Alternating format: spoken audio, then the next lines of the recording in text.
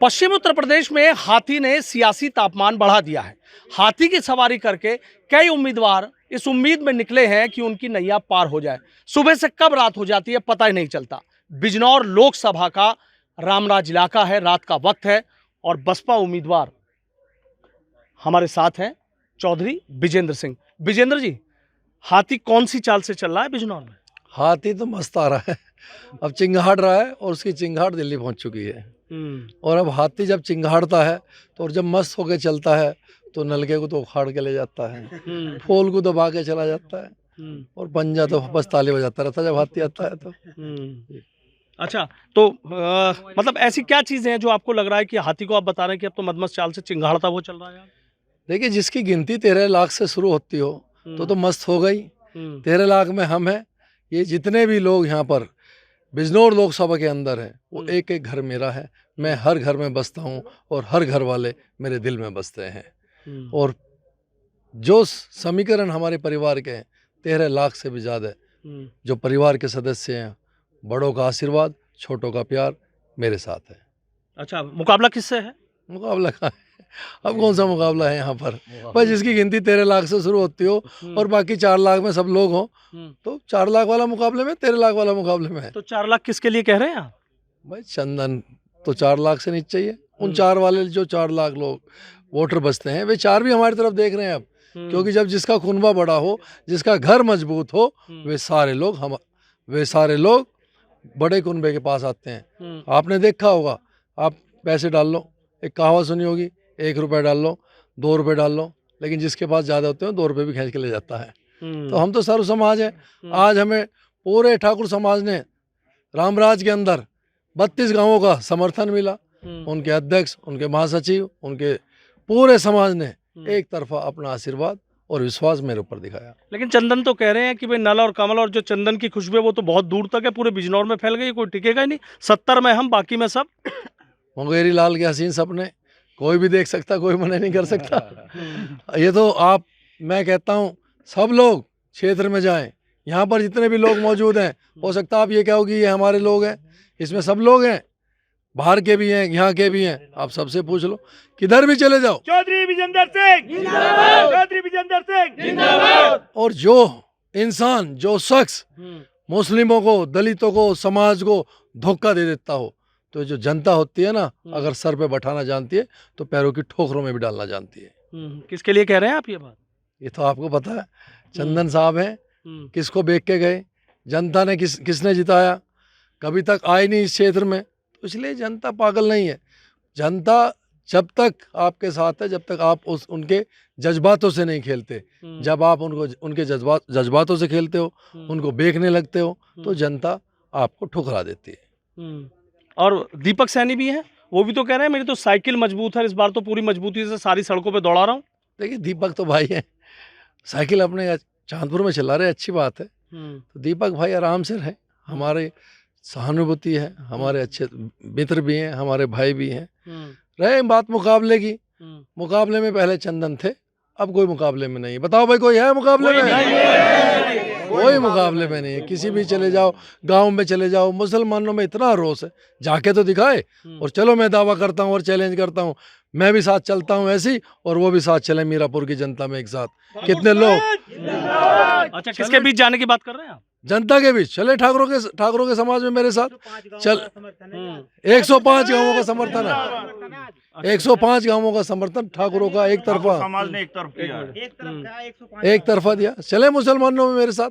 अगर एक मुसलमान ये कह दे कि मैं चंदन चौहान के साथ हूं तो मैं राजनीति छोड़ दूंगा।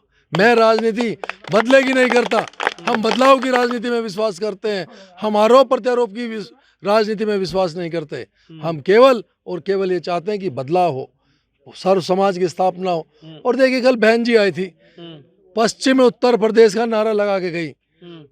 जब वो इस प्रदेश की मुखिया थी 2007 में, तो उन्होंने 4 प्रदेशों की जो शर्त रखी थी, जो 4 प्रदेशों को उन्होंने कहा था कि अलग अलग बनाएंगे, इस प्रदेश के 4 प्रदेश बनाएंगे। विधानसभा से पास किया, विधान परिषद से पास किया, और अब वो सेंट्रल गवर्नमेंट में है, केंद्र सरकार में पड़ा हुआ। जैसे ही बहन जी प्रधानमंत्री बनती है, हमारी सरकार बनती है, सबसे पहला काम पश्चिम उत्तर प्रदेश को अलग बनाने का काम किया जाएगा। बड़ा मुद्दा बन रहा है। देखिए इस पूरे क्षेत्र की ये मांग है। अगर आज आपको हाई कोर्ट जाना हो तो आपको लखनऊ के चक्कर काटने पड़ते हैं, इलाहाबाद के चक्कर काटने पड़ते हैं।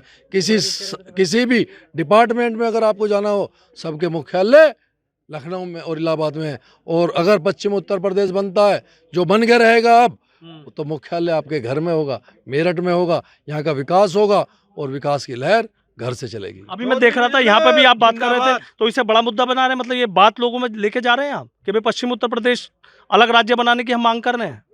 पश्चिम उत्तर प्रदेश बनाने की जो मांग है वो जनता की, पूरे परिवार के लोगों की, पूरे पश्चिम उत्तर प्रदेश की बहुत दिनों से थी और वो ठंडे बस्ते में सरकारों ने डाल दी थी।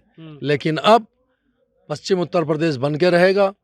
हमारे पश्चिम उत्तर प्रदेश हो, चाहे इसका नाम हम पश्चिम उत्तर प्रदेश रखें, चाहे गंगा प्रदेश रखें, जो भी सर्व समाज कहेगा सबकी सहमति से पश्चिम उत्तर प्रदेश का नाम रखा जाएगा। और ये बहुत जल्द बनेगा, क्योंकि सरकार हमारी बनेगी, हम सरकार चलाएंगे और आप देखना सर्व समाज की स्थापना बहुत जल्द होगी। अभी आप एक बात कर रहे थे कि 13 लाख से जिसकी शुरुआत हो रही है उसे कोई दिक्कत नहीं है, तो इतना भरोसा कैसे? कौन सी 13 लाख की वोट है, समझा सकते हैं क्या? 6.5 लाख मुस्लिम भाई एक एक करके विजेंद्र सिंह के साथ खड़ा है। 3.5 लाख दलित, 6.5 3.5 हो गए 10 लाख, 2.5 लाख जाट, 1.5 लाख ठाकुर, पूरे प्रजापति समाज अभी तक ये नहीं भूला है कि उन पर 1 मार्च को कैसे किस तरह लाठियां बरसाई गई थी। पूरा प्रजापति समाज भी मेरे साथ है। मैंने कहा था गिनती 13 लाख से शुरू हुई थी, लेकिन अब गिनती ऐसे पहुंच गई है कि शायद जब ये बक्से खुलेंगे, जब ये वोट खुलेंगे, तो केवल और केवल आपको हाथी मस्ताता हुआ दिखाई देगा। उसकी चिंगाट दिल्ली में सुनाई देगी और हाथी अब दिल्ली पे राज करेगा। हाथी दिल, अच्छा एक चीज बताइए, आपने जो भी अभी जो आंकड़ा आपने समझाया 2.5 लाख जाट बताए आपने जी, और सारे आपको मिल रहे हैं? कहाँ जाएंगे? जो एक बात बताओ, अरे परिवार के लोगों को तो देंगे। मैं तो इन्हीं परिवार में पला बड़ा हूँ, उन्हीं का बच्चा हूँ, तो ये बताओ अपने घर को देगा पहले बाहर वाले को देगा? जैन चौधरी नहीं है, वो भी तो जाटों के बड़े नेता। अगर जैन चौधरी लड़ते तो जैन चौधरी को देते। जैन चौधरी तो लड़ नहीं रहे। भाई जाट लड़ रहा तो जाट को तो देंगे। क्यों भाई गलत कह रहा हूँ? भाई अपने परिवार को तो देखे। और परिवार के साथ सर्व समाज है। परिवार और सर्व समाज जब इकट्ठा हो जाता है तो बड़ा परिवार बनता है। परिवर्तन आएगा 2024 में और सब लोग देखेंगे। लग रहा है कि चुनाव सारे समीकरण बैठा लिया आपने। चुनाव आप जीत चुके हो। ये तो महाजीत का जश्न चल रहा है। 4 जून को ईद और दिवाली एक साथ मनाई जाएगी 5 विधानसभा में पहली बार। अच्छा बीजेपी, आप देख रहे हैं अखिलेश यादव की बात हो, योगी की बात हो, तमाम बड़े नेता हैं, पूरी घेराबंदी चल रही है पश्चिम के। आपको नहीं लग रहा कि आपकी वोटों पे असर पड़ेगा? देखिए असर पड़ना होता तो पड़ जाता। मैं कोई इतना बड़ा नेता तो हो नहीं। मैं तो किसान का बच्चा हूँ, बड़ा सीधा सा। मैं तो जुम्मा 8 दिन हुए, पर हाँ मैं सच्चाई से राजनीति करूँगा। अपने परिवार के बीच रहूँगा, उनका सम्मान करूँगा, उनका शर्म से झुकने नहीं दूंगा, उन्हें बेकूंगा नहीं और ना कभी मैं झुकूंगा, ना उन्हें झुकने दूंगा, ना टूटूंगा और ना ही बिकूंगा। अपने समाज को लेके साथ चलूंगा। जो भी हर घर परिवार के हमारे मुद्दे होंगे उनको संसद में लेके जाऊंगा, जो देश का सबसे बड़ा सदन है, और वहाँ पर इनकी आवाज़ उठाऊंगा। और जो भी आवाज़ उठेगी उसे, क्योंकि इतना बड़ा जन समर्थन हो सकता है, हिंदुस्तान की ये ऐसी सीट होगी जो सबसे ज़्यादा वोटों से जीतने वाली बिजनौर लोकसभा होगी। अभी तो आप कह रहे थे कि किसान का सीधा सा बेटा हूं, लेकिन जबान तो बड़ी राजनेता वाली है आपकी।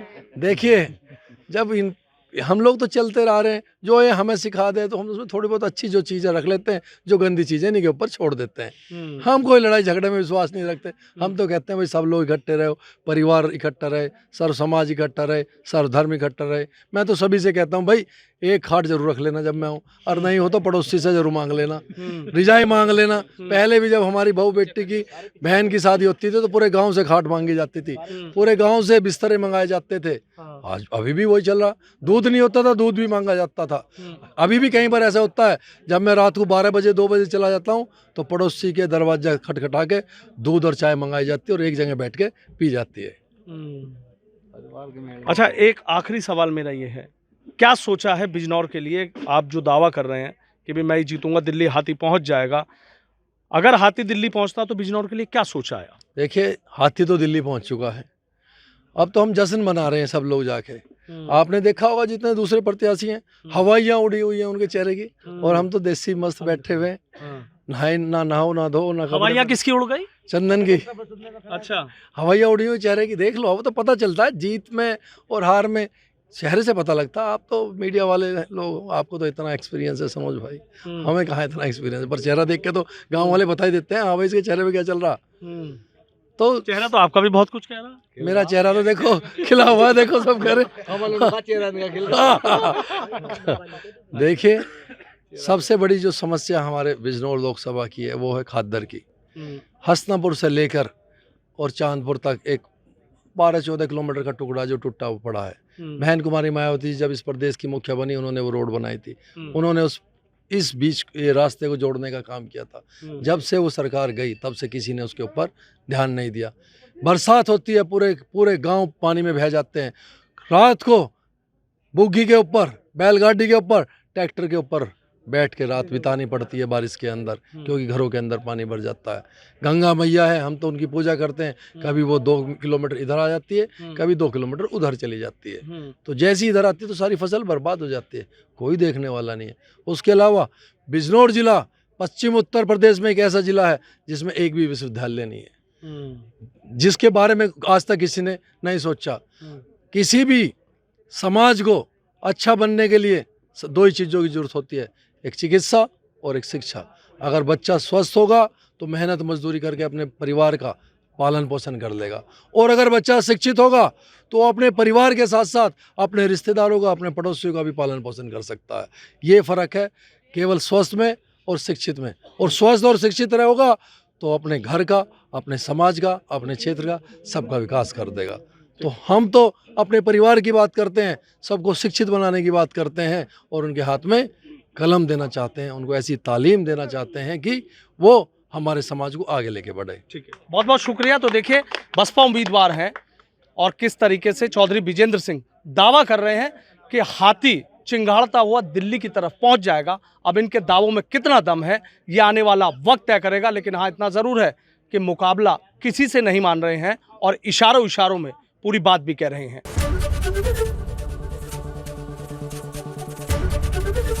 एबीपी गंगा, खबर आपकी, जुबान आपकी।